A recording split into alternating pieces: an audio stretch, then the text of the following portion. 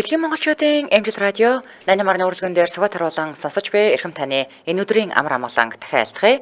7 нүгүрийн даваагаас баасан гарагийн ягэн цаг мөчид радион 3 дугаар студиэс урлагийг мэдрээ гэх суурайтаагаар сонсдог урлаг нэвтрүүлэг маань эрхэм сонсогч танд шууд хүрдэг. Яг одоо Улаанбаатар хотод 16 цаг 12 минут болсон. Өнөөдөр 2025 оны 4-р сарын 25-ны баасан гарагийн сонсдог урлаг нэвтрүүлэг New Art болон гараа хүрэхэд бэлэн болсон байна. Студид хөтлөгч Анжгаа гэрлээ зан хариулагчаар ган болтын ангараг нар айлсаж байна. За өдрийн минь төргий. Баасан гаргийн минь төргий. Баасан гэд тодруулж энэ. За нэвтрүүлгийн хамтран аялагчаар аялахад алс хязгааргүй 70 жилийн төвчүүлчин компани аялын хөтөлбөрөөрөө за мөн Max Clean брэнд супер онжиртой худалдаагаар хамтран ажиллаж байгаа баярлалаа. Тэгэхээр эх 7 хоногийн даваа гарагаас нэг бяцхан өөрчлөлт сонсдог урлаг нэвтрүүлэгт маань орж байгаа. Яа тэгэхээр нөгөө баасан гарагт илүү маргааш нь амралтын өдөр учраас ингээ хүмүүс киногоо бас үзэх магадлал өндөр байгаа учраас нөгөө даваа гарагт ярьдаг кино болон маань кино ертөнц болон маань баасан гарагт болоод New Art болон маань болохоор даваа гарагт очиж байгаа гэсэн үг. Тэгэхээр одоо эх 7 хоногийн даваа гарагт дахиад New Art болон гараа орж ирэх нь шүү дээ тийм ээ. За нэр зүйтэй шинжилт байна те. За бид нар нөгөө баасан гарагт бол ингээд шин сонирхолтой бид нар өөрсдөө ч мэдэхгүй зүйлсээ та бүхэнтэйгээ хуваалцдаг ийм өдөр байгаа. Өнөөдрийн хувьд бол хоёулаа ийм нөгөө шинжлэх ухааны инновацид нөлөөсөн ийм уран бүтээлчдийг ярих юм. Шинжлэх ухаан урлаг хоёрыг нийтлэг зүйл багтаа салбар гэж ингэж хүмүүс бодоод идэг. Гэхдээ судалгаанаас үзэх юм бол уран сайхны болон шинжлэх ухааны бүтээлч байдал нь сэтгэл зүйн зан характер, сониучрах хандлага, сэтгэхүйн онцлог зэрэгээрээ нэгт уялдаатай байдаг гэж үздэг юм байна. Нөгөө гоё үг өгдөг штэ. Шинжлэх ухааны танин мэдхүү гэдэг бол гайхахаас эхэлдэг гэж. Тэгэхээр хүнтэй ингээд гайхаж ийн гэдэг бол урлагийг ч тэр гайхаж бид нар бидэрдэг, шинжлэх ухааныг ч гайхахаас эхэлдэг учраас холбоотой байж болох юм а гэж үзэж байгаа. Урлаг шинжлэх ухааны аль салбарт нь ажиллаад уран бүтээлээ тойрваад эрдмийн нээлттэй хийсэн ийм алдартнууд бол аль талд нь л те ийм нөр бүтээлч байдал те зан характерынхаа онцлог зэргийг бол оруулсан байдаг. Ийм тохиолдлууд бол олон байдаг юм байна л да. Би бас яг энэ талаар нь ингэж наривчл судалж үзсэнгүй. Гэхдээ одоо ингэж бодохоор бид нэр ингэж зургийн хичээл гээл ингээл ороход байна штэ тий ингээд гэрэл сүдэр мүдэр гээл тэгэхэд тэр нь ингээл цаашаагаа ингээд хүндрээл явж байгаа шугам зураг болдог тий. За тэгээл байжснаа бид нар ингээд зүгээр нэг цэцэг зураад байгаа мó гэхэд тэнд бас нэг геометр яваал гэдэг байхгүй юу тий. За тэгээл дахиад ингээл их сургуульд ороод одоо нөгөө нэг дүрслэх геометр гэдэг зурхад бид нэр ингээд окторгон геометр ороод ирж байгаа. Нөгөөдхөө дундуур нь зүсээд яаж зурх вэ гэдэг нэг юм гараад ирж байгаа. Тэ ингээд яаж ч бодсон зураг гэдгийг ингээд уран зураг гэдгийг зүгээр бид нар урлаг гэд ойлгонгууд дахиад цаашаага бүр наривчлах юм бол яаж иж байгаа л шинжлэх ухаантай холбогдчиход байгаа байхгүй юу? Байгалийн жишээлбэл төгс урлаг гэж үздэг шүү дээ. Байгаль бол төгс урлаг гэж үздэг. Гэтэл шинжлэх ухааны нээлтүүд байгаль одоо нөгөө нэг байгалийн бодгалуудаас санаа авсан байх нь бол маш илбэг. Одоо жишээлбэл нөгөө нэг арадаарт харагддаг тэр Балданы онгоцыг бол нөгөө шонхрын шомболтны тэр аэродинамик дээрээс суурилсан ч гэдэг юм уу те. Одоо нөгөө хеликоптер буюу нисдэг тэргийг жишээлбэл сон гэдэг шавжнаас тэр санааг нь авч хийсэн ч гэдэг юм уу. Ингээд тэгэхээр бол ингээд урлаг байгаль шинжлэх ухаан хоёр бол бас нэг ингээд хоорондоо ямар нэгэн шийдмээр уялдаатай гэдэг нь бол тодорхой болоод байгаа. Сүүлийн үед жишээлбэл архитекторууд болон дизайнерууд инновацийг хөгжүүлэхийн тулд шинжлэх ухааны үндэслэлтэй ажилладаг болсон. Материалын экологийн салбарыг үүсгэн байгуулагч Нэри Оксман гэж нөхөр байгаа юм. За жишээлбэл энэ хүн дасан зохицох чадвартай байгальд суурилсан барилгын материалыг бүтээхийн тулд биологийн судалгаа хийсэн, лабораторийн ажил хийсэн. Тэгээ энэ хоёрыгоо бол нийлүүлж хагаад практик дээр бол ийм нөгөө нэг экологлог буюу те байгаль дээлтэй ийм барилгын материалууд байж болно гэдэг энэ санаачлагыг бол анх эхлүүлсэн байдаг. За. Одоо бид нар чинь нөгөө нэг эко бүтээгдэхүүн, эко хавтан гэж ингэж яриад байгаа шүү дээ, тий. За өнөөдөр харин зураг уран бүтээлээ шинжлэх ухааны инновац зураг уран бүтээлээр дамжуулаад шинжлэх ухааны инновац хийсэн ийм зураач бас эрдэмтэн бүтээлчдийг онцлохоор бэлтгэсэн байгаа. Эхний танилцуулах хүн бол Морзын кодыг зохион бүтээсэн Самуэль Морз гэдэг хүний тухай.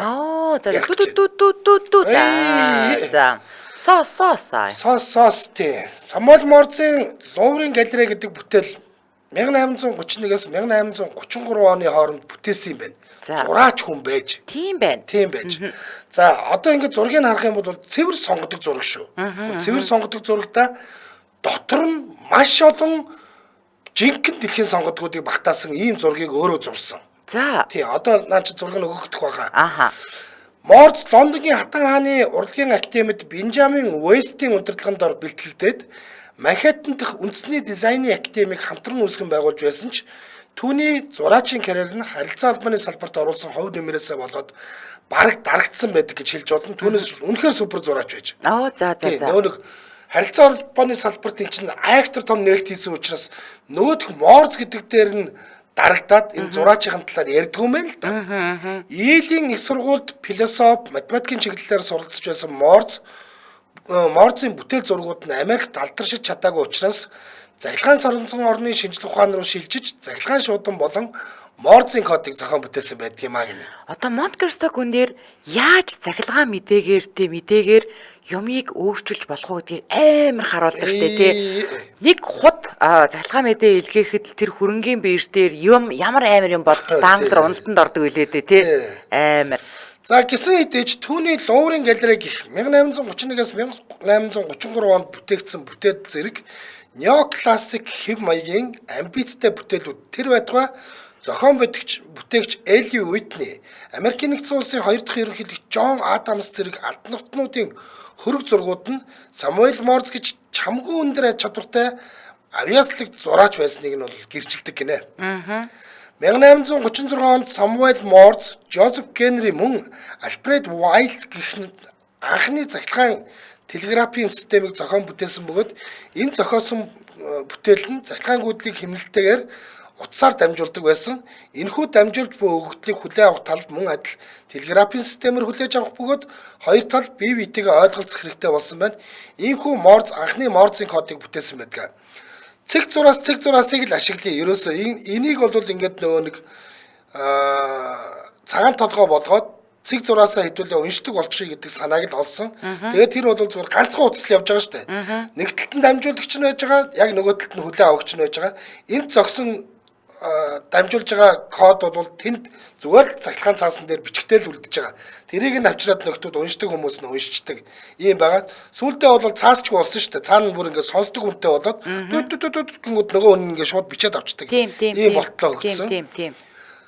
За Морзын кодыг 160 гаруй жил ашиглаж байгаа бөгөөд одоо ч гэсэн ашиглаж байгаа код бол Вайл болон Морзын зохиосон кодоос өөр болсон. Орчин үеийн олон улсын Морзын кодыг энийг бол Continental код гэж нэрлэдэг. 1848 онд Фредерик Клеменс Герк гэдэг хүн бүтээсэн ба анх Германыг Хамбург болон Куксхавен гэдэг хот хоорондын холбоонд ашиглахын тулд бүтээсэн байдаг. Тэрээр кодын үсгүүдийн тэн хагасыг мөн бүх тооны кодуудыг сольсон байдаг. Энэхүү шинэ код нь стандартчлагдаад анхны нөгөө Морзын кодноос бол өөр. Морз гэдэг хүний зохиосноос өөр. Дараа нь олон улсын стандарт болсон байна. Яагаад энийг ингээд сольсон бэ гэх юм бол Морзын хувьд бол бид нар ингээд нэг 10 жил тахтаа ингээд өөрсдөө нэг үсэг зохиогоод найзтайгаа нэг хоорондоо харилцаад ингээд байсан шүү дээ. Тэрэн шиг л тийм байсан. Анх нэг хүнэлтэй за цэг зураасыг ингээгээд тэгээ одоо жишээлбэл өөрийнхөө л ингээд санаанд анх бууснаар нь бичсэн. Одоо яагаад энэ нөгөө нэг шинэ энэ Continental код гэдгийг ингээд солиод ашиглах болсон бэ гэвэл их хэрэглэгддэг үсгэнүүдэд цөөхөн зохилттой болгосон. Тийм хамгийн их хэрэглэгддэг үсгэнүүдэд цөөхөн зохилттой болгосон. Ахаад одоо тоон дээр жишээлбэл тооч нь болохоор 5 юутай байдаг байхгүй. Нэгийг жишээлбэл цэг зураас гэдэг чэжлэхэд амархан болгосон. Хоёр болохоор цэг зураас. 3 болохоор 3 цэг 2 зураас ч гэдэг юм болгоцсон. Ингээдлээ нөгөө хүмүүс чэжлэхэд амархан хэрэглээнд илүү ойрхон болгосон учраас ингэж өөрчилсөн юм байлээ. Зөв. Харин Морзын анхны кодыг бол Америкийн нэгдсэн улс болон Канадад ашиглахаар бүтээгдсэн байсан бөгөөд Америкийн Морзын код мөн төмөр замын код нэртэй байсан энэ кодыг хэрэглэхэ болсон. Одоо энэ Continental-ыг хэрэглэж байгаа. Манай Монгол Морзын цагаан толгой бол энэ Continental дээр нь тулгуурлаад бид нар нөгөө латин үсгийг нэг кирилл рүү болгочдөг шиг яг тэр шиг тэгэл авцсан. Тийм л цагаан толгой гэж ойлгож болно. Тэгэхээр энэ Самуэль Морз гэдэг хүн бол ийм агуу зураач байжээ. Энэ зурсан зураг мөрг нь бол супер ээ. Тийм байна. Лаг зураг зурсан байдаг. Тийм байна. За, Улаанбаатар хотод 16 цаг 22 минут болсон нэвтрүүлгийн маань хамтран ажиллагчаар Max Clean брэнд супер онжиртой худалдаагаараа хамтран ажиллаж байгаа. За. Арьсан таршилгүй, толбон хүчтэй л гэдэг байгаа штэ. За, Max Clean брэнд Малайз улсад үйлдвэрлэгддэг ахуйн цэвэрлэгээний бүтээгдэхүүнүүдийг 99.9% бактери устгаж, толб барилгадаг Орос найрлагатаагаар хэрэглэгчдэд хүргэдэг ийм брэнд байгаа. За 99.9% бактерийг устгана гэдэг юм. За түүнээс гадна энэ Max Clean-ийн бүтээгдэхүүнүүд бол бидний нөгөө арилгахад үнэхээр төвөгтэй байдаг өвсний толб, хоодны бүх төрлийн толб, цусны толб, нүүрний бүх төрлийн будагны толб, энэ маань аюултай толб шүү. Бихний толб, гүн бохирдсан бүх төрлийн бохирдлыг уул мөргөө арилгадаг. Яг ингээд хөөсрөлтөнд баг байгаа боловч хүчин чадал нь их шүү л гэдэг. Яг байна. За тэгээд дээрэс нь одоо бид нар чинь нөгөө нэг хувцаа бас балкон дээр гаргаад тавихаар нарны хитяахан туянд хувцсны өнгийг гэдэг жоохон гандчихад ялангуяа хар хувцс тийм үү. За тэгэхээр энэ хувцсны өнгийг гандаахгүй юм бүрхүүл үүсгдгээрээ бас давуу талтай. За тэгээд тэр нэг их хөөсрөхгүй ч гэсэн хүчин чадал нь их гээд байгаа нь энгийн нунтагнаас 60% илүү хэмнэлттэй шүү бас дээрээс нь. Тэгэхээр 3.2 кг нунтаг авлаа гэж бодоход энэ нь өөрөө 120 албаг байхгүй юу? Тэгэхээр нэг л албыг хийн 120 угаалт. Бүтэн жилийн хэрэглээ юм шүү. Тий харин 120 угаалт 3.2 кг нунтаг чинь 365 өдөрт за манус явахтай 3 өдөр тутамд нэг удаа угаалгах хэлээ гэтэл бүтэн жилийн хэрэглээ шүү. Тийм. За тэгэхээр та хаанаас авах вэ гэхээр Наран косметикийн бөөний төвүүд дээр байгаа хуучин мөмөр худалдааны төвийн А2 лангуу за булаг худалдааны төвийн 2 дугаар давхар Ярамгийн Food City худалдааны төвийн 3 дугаар давхарт ном болон E-Mart супермаркетын бүх салбарууд болон бүх сүлжээ дэлгүүрүүдээр за зах худалдаа төвүүдээс тус худалдаа авах боломжтой. За илүү дэлгэрэнгүй мэдээллийн 80 2 55 85 75 7 47 77 гэдэг утаснуудаас аваарай. Тэгээд Max Clean дундуур зураас Mongolia гэж латинаар бичээд Facebook руу орох боломжтой. Ингээд нэвтрүүлгийн хамтран ажиллагчаар Max Clean брэнд супер онжиртой худалдаагаараа хамтран ажиллаж байна. Баярлалаа. За баярлалаа. За би одоо хүн болгоны сайн мэддэг нэг хүний талаар нэг хүний бүтээлийг танилцуулах гэж байна. За дараагийн онцлог хүн бол Италийн нэрт эрдэмтэн. Бид нар бол зураач л гэж бодоод байдаг. За тэгвэл нэрт эрдэмтэн, математикч, инженер, зохион бүтээгч, анатомч, зураач, сийлбэрч, уран баримлч, архитектор, хөгжимчин, бас бүр зохиолч Леонардо да Винчи юм аа. Шпосчин. Яг байна. Шинэ бүтээл оновчтой санал гэж байгаа үг шүү дээ. Шпос гэдэг маань. За Леонардо хүний анатом, одон орон, инженерчлэл гэх мэт янз бүрийн шинжлэх ухааны салбаруудыг бие даан, судлах, туршиж үзэх олон төрлийн сонирхолтой гарамгаа сониуч хүн байсан.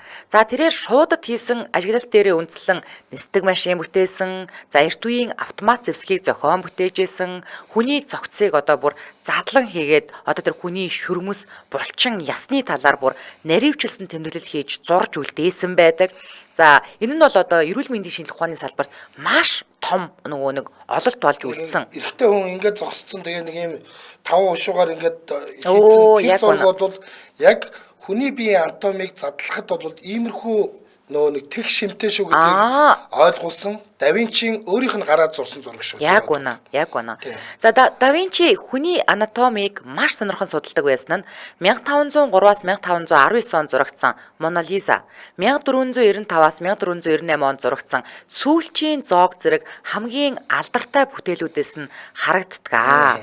За үнэхээр ч урлагийн нэр төвч Эрнест Гомбрих Леонардогийн шинжлэх ухааны судалгаа нь хоорондоо ялгаатай мэт боловч бүгд ямар нэг байдлаар урлагаас хамааралтай, урлагийн тусгалтай байдаг гэж үзсэн.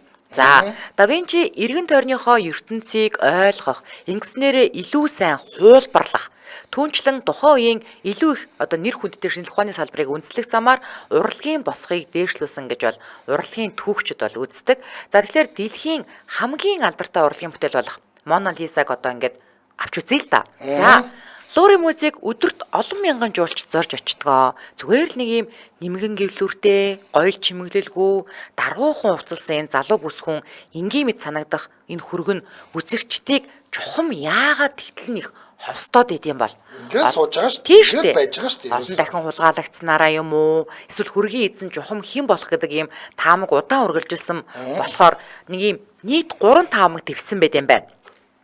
За түүхчид түүнийг Флоренцийн худалдаачин Жокондогийн эхнэр Лиза дель Жокондо гэж үздэг. За тэр утгаар тийм ч учраас Жокондо гэж нэрлэдэг. Оо яг үнэн. Бүтээлийн өөр нэр бол Ла Жокондо гэдэг. За өөр нэг таамаг нь бол Леонардогийн ээж Катерина байж магадгүй гэдэг. За Мона Лизагийн нууцлаг инээмсэглэл нь Катеринагийн инээмсэглэлтэд төстөө гэж Зигмунд Фрейд бол тайлбарласан байдаг. За тэгвэл сүүлийн таамаг нь Леонардогийн өөрийн хүрэг байж магадгүй Яг гэж тэгдэг. За зарим судлаачид тэрээр эмэгтэй хүний дүрд хуурч буйн онцгой мэт зан чанартай нь холбоотой ч гэж үздэг тий. Тэгэхээр нэг тийм одоо тэгээд яг тийштэй энэ чинь Жокондогийн авахгүй дөө тэрний худалдаачны ихтер гисэн ч юм алга тэр үед байсан хүн алга. Тий, яг ингээд энийг бол ингээд нэг нотолцсон хүн байхгүй байгаа учраас зүгээр л ингээд нэг ийм 3 таамаг л яваал байдаг тийм үү. За тэгэл одоо нөгөө Жокондогийн инээмсэглэл гэлтэйгүүд Жокондогийн инээмсэглэл дээр л гэхэд чинь өчнөө таамаг явж байгаа ш. Зөвхөн инээмсэглэл дээр гэхэд чинь энэ эмэгтэй залуу хүү Леонардо да Винчид хайртай байсан учраас түүн рүү сэтгэнсэн байдлаар инээж байгаа. Оо яг үнэ. Нөгөөх нь бүр сүултээ нэг анагаахын эрдэмтэн бүр ингэсэн штэ. Энэ хүүхэн чинь юу байсан? Саа өвчтэй байсан юм байна. Ягаад гэвэл ийм саа өвчтэй хүмүүсийн уруулын таталтах хөдөлгөөн болохоос энэ инээд бишээ. Гэж хүртэл ингэж тайлбарласан тохиолдлууд бас байдаг. За тэгвэл дэлхийн хамгийн алдартай уран зургуудын нэг болох сүүлчийн оройн зоог бүтээлийг Миланы гүн Лодовико Сфорза захиалан зурвалсан. За Леонардо да Винчигийн энэхүү бүтээлийг хүний сэтгэл хөдлөлийн цогц судалгаа гэж бүр одоо хүлээн зөвшөөрдөг. За яагаад вэ гэхээр Иесус Христ цуглуулахаас өмнө 12 дагалдагчтайгаа сүүлчийн удаа оройн зоог барьж байгаа бөгөөд энэ нь хүний 12 араншныг илэрхийлж байгаамаа. За манайхан ч хурдын нэг 13 араншин гэж нэг дуу байдаг да тий. За 13 аша би номаргүй байна. Оо яг үнэ. Тэгэхээр Иесусыг гунигтай дүрсэлсэн нь тэр одоо ч амьд хിവэр гэх ийм ёх дутгатай гэж үздэг. За зургийн их хөлбөр нь бол Италийн Милан дахь Санта Мария дель Гресийн хийдэд бол байдаг. За 1519 онд агуу сэтгэвч Леонардо да Винчи 67 наснда ертөнцийн мөнх бусыг үзүүлсэн. Харамсалтай нь түүний олон загвар туршилтууд дуусалгүй бол үлдсэн. Тэгээ Леонардогийн үнэнч туслах дотны шавь Франциско Мельси түүний ажил үйлсийг бол өргөжлүүлсэн гэдэг. За түүнийг оршуулсан бунхан нураад шарлыг нь олох боломжгүй болсон. Гэтэл түүний сууд бүтээлүүд нь хүн нэг насандаа ямар их зүйл бүтээж болдгийн үлгэр дураалал босоор одоо ч болтол ингээд байсаар л байна. За Леонардо шинжлэх ухаанд түүний дотор соёл урлаг, механик техникийн шинжлэх ухаанд байнга нээлт хийсээр амьдарч ирсэн. За тэр дүрслэх урлагийг одоо шинжлэх ухаантай эрдэмтэй хослуулсан агуу их өмч хөрөнгийн эзэн байлаа. Тэгээ Леонардо да Винчи гэдэг энэ хүн бол цэргэн мандалтын үеийн хамгийн агуу суутнуудын нэг яалтчгүй мөнөөс өмнө 1952 онд хүн төрлөختөн түүний мэндэлсний 500 жилийн яваг бас ёслон тэмдэглэж байсан тийм ээ. Яахлаарч нэг хүнд ийм их авиас чадвар, эрдэм ухаан ингээд төрчдөг юм байгаа. Тэгээд за яг тухайн үед 500 жилийн өмнө 500 гаруй жилийн өмнө юмнууд нээгдээгүүл байж байгаа. Тухайн хөгжөөгөө байсан. Тэгтэл нэг хүн яахлаар ингээ бүгднгийн нээсэн байдгийн тийм. Оюутлын машины технологи хүртэл Да Винчи айл язгуур нээсэн байсан гэж байгаа. Одоо тэр нисдэг онгоцны загвар магварыг чинь ийм байж ижил нисэх юм байна гэдэг аэродинамикийг нь бодоод олдсон байх жишээ тийм. Яаж ингээд нэг хүн ийм агуу байж чаддгийг би бол ингээд энэ аштаа бол хайр гаргийн хүн байсан бахал гэж боддог. За Улаанбаатар хотод 16 цаг 31 минут болсон. Нэвтрүүлгийн маань дэмжээ ажиллагчаар Менопос дэмжээ ажиллаж байгаа. За Менопос хэрэглэгч нартаа бүх төрлийн зээлийг барьцаагүй, шимтгэлгүй, шуурхай олгодог. Бөгөөд эргэн төлөлтийн үед хамгийн уян хатаа төлөлтөө буюу хэрэглэгч өөрөө сонгодог. За сар бүр эсвэл өдөр бүрч гэдэг юм уу те. Эсвэл бүр бизнесийн орлого ашигтай байгаа уялдуулан тохирсон ийм төлөлтөө байдаг. За лавлах утас нь 1800 1122 1811 22. За ингээд нэвтрүүлгийн дэмжээ ажиллагч Менопос баярлаа. Пос машиныг яаж авах уу гэд над руу бичсэн байсан. Энэ 1811 22 оноос ярихад болох байлгүй дээ. Тий. За тэгээд Үнэхээр Да Винчигийн хувьд бол үнэхээр би бол үнэхээр юу гэдгийг хэлэх үг олддгоо. Тэр хүнтэй ингээд одон орон гэж байгаа шиг тэгснээ тэнд ингээд зохион бүтээх юу ухаан тэгснээ сансар судлал модал ингээд ингэж явж яснаа тэнд хамаагүй ойдлын машин гэж байгаа шиг үнэхээр супер шүү. Яг үнэ. За миний дараагийн танилцуулах гэж байгаа хүн бол хүний тархиндах эсүүд гэдэг 1899 онд ийм бүтээл төрүүлсэн Сантьяго Рамон Кажал гэдэг хүнийг танилцуулах гэж байна. За энэ хүн бол хүн судлал, анатомид тэр дундаа тархины судлалд үнэлж баршгүй хөв нэмрийг оруулсан хүн Сантьяго Рамон Кажал гэдэг Испанийн тархи мэдэр судлаач ийм эрдэмтэн хүн байсан.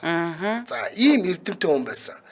Орчин үеийн мэдрэл судлалын эцэг гэгдэг Кажал бол бие даасан эсүүд тархины бүтцийг бий болгодог гэдгийг анх илрүүлсэн хүн. 1890-ад онд микроскопоор хийсэн олдвруудаа харуулах наривчлсан зургийг бүтээжээ. Нобелийн шагналд хүртсэн энэ хүний зургууд нь одоо ч тархи мэдэр судлалд мэдээллийн үн цэнтэй их сурвалж болж явдаг. Нэг талаасаа Кажал гэдэг энэ хүн эрдэмтэн боловч нөгөө талаасаа энэ хүний уран бүтээл нь тархи мэдэр судлалд гүн хөв нэмрийг оруулсан гэсэн үг юм. Амьдралын түүхийг судлаад үзтэл аав нь түүнийг ангаах ухаан руу эмч бол гэж түлхэхээс өмнө Кажал анх бол зураач болох гал явж исэн байдаг. Цаасан дээр тод бэхээр зурсан зургууд нь заримдаа Винсент Ван Гогийн одтой шин зохиолын томруулсан хэсэг өтгөн мөчөртэй модыг ч юм уу санагдуулдаг. Юутай ч зураач болох хүсэлтэйч эрдэмтэн болсон энэ хүний бүтээлүүд нь тархи мэдэр судлалын шинжлэх ухаанд маш том хөв нэмрийг оруулжээ. За одоо ингээд зургнууд нь харагдаж байна уу? Үгүй харин энэ хүний тархины тэр нуглаас бүр ямар айхтар зурсан юм бэ? Бүр зурсан гэхэд яг үнэ. Бидний мэдрэлийн систем бол ингэж ороод тархины энэ эд эсүүд болгон биднийг те энэ хуруугаа хөдлөх юм уу, энэ хуруугаа хөдлөх юм уу гэдгийг ингээд сигнал өгч идэг юм а гэдгийг бол ингээд нөө нэг бүр ургийн мод шиг гаргаад тавьсан байна. Харин тийм. Гэхдээ хамгийн инээдтэй нь одоо бид нар ингээд имраа ингээд ахуулаад одоо аавыг харуулсны дараа ингээд тэр эмчил энэ дагаа нэг юм энэ бөөнөрцөн нэг юм цагаан өндөгний яриатай байгаад за энэ бол тэр нөгөө суралцж штэ гэж хэлэхгүй л бол ингээ ангаагаа хараа зогсож байгаа штэ тий. Гэтэл одоо энэ зурган дээр ч юм бол бүр зурсан гараар зурсан гэхэд бүр үнэхээр айхтар нарийн зурж өгсөн биз дээ тийм ээ. Тэгсэн. Үнэхээр супер зурсан. За ийм хүн байжээ Кажал гэж. За. Дараагийн онцлог хүн бол шувуудад маш хайртай, шувуудыг сонирхон судалж тэдний зургийг зурдаг байсан Жон Джеймс Аудубон гэдэг хүн юм аа.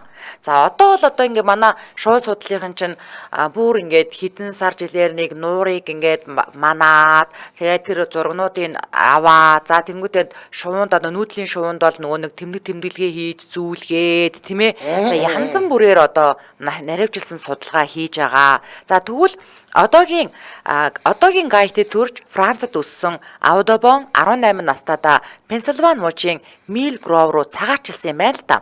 За ингээд Америк нэгдсэн улсад амьдран сууж байхдаа олон жилийн турш шувуудыг судалж, хайрлаж, зураг хүргийг нь нямбайлан буулгадаг байсан энэ нүрийн хичээл зүтгэл нь асар өргөн хүрээтэй судалгааны бүтээл болж үлдсэн.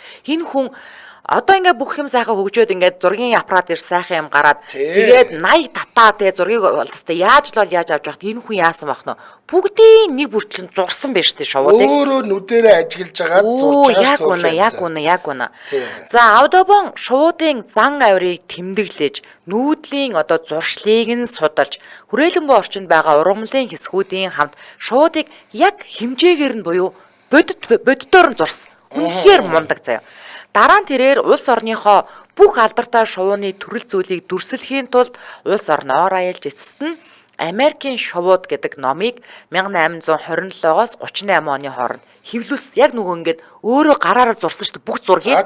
За шуудын бодит хэмжээтэй 435 усан будгаар зурсан зургуудтай номыг хэвлэхэд $2 сая өртөг гарсан гэдэг байхгүй юу?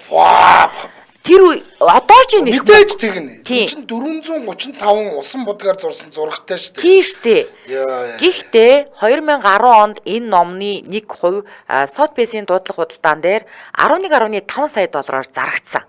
За, уран сайхны хувьд мэдээлэл сайтай, зөв тод дүрслэгдсэн шувуудын зургууд нь шувуу судлал, амьтан судлаач эрдэмтдийн гарын авлага болсоор ирсэн. Одоо үнэхээр энэ шинжлэх ухаанд бол оруулсан маш том хувь нэмэр байхгүй юм чинь. Би шувууны гэрэл зурагч гэж тустай байдгийг. Шувууны гэрэл зурагч болох гээд би ер нь бол шувуу яг ингээд би ч одоо бол нөө ингээд гэрэл зургаараа мөнгө хийхгүй штэ. Гэрэл зураг бол миний хобби биш штэ зүгээр л. Тэгээд ингээд зүгээр л энэ тэнд яваад байгалийн зураг аваад ч юм уу ингээд явсан чинь сүүлдээ ингээд нэг юм руу ингээд нарийсч ормоор санагдаад тэр нь шувуу байвал гоё юм байна гэд. Тэгсэн чинь миний дуран годогдоод одоо дурангаал томруулахгүй бол орших юм байлээ. Би уг нь 300 та дурантай байхгүй. 300 та дуран чинь бас давгуул дуран штэ. Тэгэхэд тэгдгүү юм байна. Шувуу чи өөрөө ийм нөгөө нэг өргөмтгий амьтан учраас те ер нь нэг ядаж нэг 400-аас 500 та дурантай болж ижил шувууны зураг авах юм билээ. Гэтэ үнэхээр гоё. Ягаад гэвэл ингээд байгаль дээр явна. Шувуу ингээд хойноос нь хөгөөд ингээд дагаа явна. Тэгээд яг байгаль дээр явхаас гадна өөр юу ч бодохгүй. Энэ муу шувуу яагаад ингээд зогсдгүй юм бол ингээд яг жинхэнэ нэрөө тайлдаг тийм гоё фото зургийн төрөл юм билээ л дээ. Тэгэл тийшээ орно гэж хүлээж байгаа шүү. Гэтэ энэ хүний энэ зурсан зургуудыг одоо манай найруулагч харууллаа л да. Үнэхээр одоо энэ хүн гараараа зурсан гэхэд ямар мундаг юм бэ те. Тэгээд энэ хүн бол нэрээ яг одоо энэ шувуу судлалын одоо ертөнцийн шинжлэх ухаанд бол өстой үнэхээр бүр нэрээ үнэлж баршгүй хувь нэмэр оруулсан байгаа байхгүй юу? Бүр гайхалтай зурсан байгаа байхгүй юу? Тийм байна. За миний дараагийн танилцуулах гэж байгаа хүн. За нэг хамтран аялагчид танилцуулчод үргэлжлүүлэх байлаа. За Улаанбаатар хотод 16 цаг 39 минут болсон. За нэвтрүүлгийн хамтран аялагчаар аялахад алс хязгааргүй сураатаар 70 жилийн төвт жуулчин компани аяллаа хөтөлбөрөөр хамтран ажиллаж байна. За жуулчин компанийн хувьд бол энэ 4-р сард бид нарт санал болгож байгаа юунуудаас нь аяллуудаас нь би энэ нөгөө юуг нь Хайнан ардлын шууд нислэгтэй аяллыг нь та бүхэнд бас онцлоод жоох яриад өгье. Аяллаа хөтөлбөртний сарамгчны арал за энэ битүү сарамгчтай бас хөөрхөн цирк мэрк үзүүлчдэг тийм хөөрхөн аялал байдаг. Нилээн урт тийм нөө кабел караар явж очиж үзчихэд буцаад кабел караараа ийм нэг хоодоо дээгүүр 70 хоодоо дээгүүр гардаг ийм жижиг арал дээр очиж гоё аялал байдаг. Мөн агаарын лев дээр аялах гэж байна. Мөн Beauty Crown гэдэг Grand Show гэдэг эдний тэр шоу муунууд нь үнэхээр гоё. За дээр нь Atlantis гэдэг нөгөө нэг дэлхийд 3 хүн байдаг том усан паркийн тэн дээр очиж тоглодог. Энэ юуны Хайнаны Atlantis паркийн онцлог нь гэхэлэр яг ийм нөгөө аврах загснууд явдаг ийм том аквариумны голоор гудгаж гардаг. Ийм нөгөө нэг хоолон тэрэн дундуур явдаг. Гээд аврах загсан дундуур ингэ гардаг. Ийм аялал байдаг. Яг одоогийн байдлаар бол халуунч биш, тийм сэрүүхэнч биш те. Яг гоё үеийн таардаг шүү. Тэгэхээр та бүхэн тэгээ хямдарсан байдаг. Аялал нэг одоо яг оргилд үедээ бол нэг 4 сая орчим болдог аялал бол эн чинь нэг 3 сая дотор багтаад хүрээд ирдэг байхгүй юу? Тийм болчдөг үе байгаа. За мөн та бүхэн Занжаажиг аялал, Туркийн 3 хотын гайхамшиг мэдрэх аялал, 25 оны эрч хүчээр зэнэглэх Букок арлын аялал, Гонжо хотын Canton Fair Expo аяллыг бол санал болгож байгаа юм байна. За би ер нь ингээд аяллаа компаниар байнга аялдаг хүний хувьд хэлэхэд байна штэ тий. Ер нь та ингээд найз нөхдөөрөө ч юм уу, өөрөө ганцаараа ч юм уу бүтггүй шүү, бүтггүй. За хэл усгүй бол бүр бүтггүй хаананч буудалнаагаа юу ч олж идэх юм. За тэгээд урагшаага бол одоо бүх юм WeChat-аар төлбөр тооцоо нь хийгддэг болсон. Бэлэг бөнгөтэй яваад ч бүтггүй. Ер нь бол амар хэцүү. Тэгэхээр зүгээр л хамгийн ямаатар аяллаа компанида даатгаал мөнгө өгч. Тэгээд хямдхан ч аялна, дээрэс нь санаа амарч аялна. Хайр мөнгө, хайр цаг хугацаа, тэгээ хайр нэр болдог. Яг үнэ. Тэгээ цуг явж байгаа хүнтэйгээ муудалцдаг. Оо яг үнэ. Чи тэгээ ийм имийг нь үзэхгүй байсан юм бол өгснээ ээж нь хүртэл явсан юм гэл тэгээ хэрүүл орвол болдог шүү. Хоёлаа байгаа мөнгөө дундуур нь хувааж аваа салъя гэж хэлсэн ч тохиолдол байгаа шүү нэрээ. Тухамдаа. За тэгэхээр жуулчин компани бол 70 жилийн туршлагатай дааш те. Надаас ч олон жил ажилласан гэж. За тэгээд тийм учраас найдвартай. За тэгээд банк болон апын зээлтэй учраас төлбөрийн уяатан нөхцөлийг танд санал болгодог. За одоо аялчаад дараа төлөх. Яг үнэ. Нэгэнт аялцсан чинь та сэтгэл хангалуун байгаа штэ. Тэгээ маш баяр баясгалантайгаар буцаага төлнө штэ. За аялал бүр тухайн газрын хамгийн гоё сар болсон үзүр газруудыг хөтөлбөртөө багтаадаг. Тэгээ аялал бүрийн ард мэдээж туршлагатай мэрэгжлийн баг ажиллаж байдаг учраас одоо юу лэн туршлагал байна нэрэ тийм ээ. За тэгэхээр та илүү дэлгэрэнгүй мэдээллийн 7288 1212 гэдэг утаснаас аваарай. 7288 1212 тэгээд Жуулчин компани гэж шууд гэрэлээр бичээд Facebook хуудас руу орох боломжтой. Ингээд нэвтрүүлгийн хамтран аялагчаар аялахад алс хязгааргүй 70 жилийн төвд Жуулчин компани аяллаа хөтөлбөрөөр хамтран ажиллаж байна. Баярлалаа. За дараагийн миний онцлох гэж байгаа уран бүтээлч бол уран бүтээлч байх уу? Шинжлэх ухаанч мөн уран бүтээлч хүн бол хүний цусны урсгалыг нарийн судлаад тэгээд түүнийг зураг болгон буулгаж өгсөн эмч анагаах ухааны судлаач Альфред Копли гэдэг хүн байгаа юм. Пүү тэгэхээр ч одоо тэр олон судснуудыг зурсан гэсэн үг юм уу? Бид нар судсан дотор юу яваад идэг, яаж урсгал хаашаа ингэж чиглээд идгийг бид нар мэддэггүй байсан. Одоо бид нар мэднэ л дээ. Артерийн судсан ингээд, венийн судсан ингээд гэдгийг мэддэг байсан. Дрезден хотод төрсэн Коплигийн хувьд 1939 онд Америкийн нэгдсэн улсад цагаачлахаас өмнө Герман, Швейцарт анагаах ухааны зэрэг хамгаалснаас гадна шинжлэх ухааны 3 сэтгүүлийг үүсгэн байгуулж хянан тохиолдуулсан. Цус болон бусад биологийн шингэний урсцын шинж чанарын талаарх гүнзгий судалгааг нийтлүүлсэн ийм хүн байсан юм байна. Пүү энэ зураг тэгээд тэр юм уу? За, Коплигийн хувьд тэр абстракт экспрессионист ийм урсгалыг их сонирхдаг, өөрөө чамгүй сайн зурчдаг ийм зураач байсан гинэ. За тэр абстракт зураг юм. Абстракт наад чинь. Абстракт юм байна. 1949 онд Ад Рейнхардт, Вильям де Кунинг, Франц Клайн зэрэг абстракт экспрессионист урсгалын томоохон төлөөлөгчдийн хамтаар The Club гэдэг уран бүтээлчдийн бүлгийг үүсгэн байгуулж түүндээ бол нэлээд идэвхтэй явдаг байсан. Түүний тод хар, хөх, улаан, шар өнгийн зураас бүхий зургууд нь Нью-Йоркийн орчин үеийн урлагийн галерей мөн Амстердамын Стедел гэдэг музей зэрэг томоохон байгууллагуудад одоо хадгалагдаад үлдсэн байт юм байна. Яг бүтээлийн шинжлэх ухааных нь нээлтүүдэд нөлөөлсөн гэхгүй ч гэсэн эрдэмтэн судлаач энэ хүн бол абстракт хөдөлгөөнийг тууштай дэмжиж өөрөө ч дотор нь буцалж хөгжлийг нь шин түвшинд хүргэсэн гэж үнэлэгддэг ийм хүн юм аа. За ийм хүн байх нь шүү дээ. Тэгэд хашир бол те бидний цус ингээд одоо юу гэдгийг циклоноор ингэж явдаг ч юм уу те шулуун ингээд яг гол шиг урсаад идэх юм уу, нэг бол ингэж даралттай урсд юм уу гэдэг тэр хөдөлгөөнийг л яг маш нарийн судалж гаргаж ирсэн хүн юм байна л да ер нь бол. Тэгээд нөө өөрөө зураач хүн учраас тэрийг яг ингээд тэний хүн ч ойлгохоор зураад орхисон байна шүү дээ. Тийм байна. Энэ бол зүгээр нөө абстракт зургнууд нь харагдаж байгаа шүү. За одоо орчин цагийн эколог буюу байгаль судлалд хувь нэмэр оруулсан зураачийг одоо онцлноо. За тэгэхээр бид нар бол цэцэгсийг амьдаар нь одоо үзэж, үнэрлэж, таашаал авдаг тий үнэхээр гайхалтай. Тэнгүүд тэр гоё цэцэгсийг бас ингээд зураад 1600-аад оны дундуур зураачдын гэр бүлээс гаралтай юм залуу Мария Сибила Мриан гэдэг бүсгүй зурж тойруулж эхэлсэн юм байна л да. За эхлээд бусад зураачдын л адил энгийн байгаль болон хөрөг зураг зурж байсан бүсгүй гинтэл ерөөсөө шавж ороход цэцэг навчийг сонирхон зурах болсч л дээ. Тэгээд өсвөр наснда төрлөх Германы хөдөө нутгаар өөрөө хөндлөн гул даялж за олон жижиг шавж амьтдыг цуглуулж дараа нь Суринамад 2 жил байх хугацаанд 150 гаруй амьтан ургамлын төрөл зүйлийг судалж үзсэн нь Европын түүхэн дэх анхны нөгөө нэг экспедиц гэж ярьдаг штэ тий.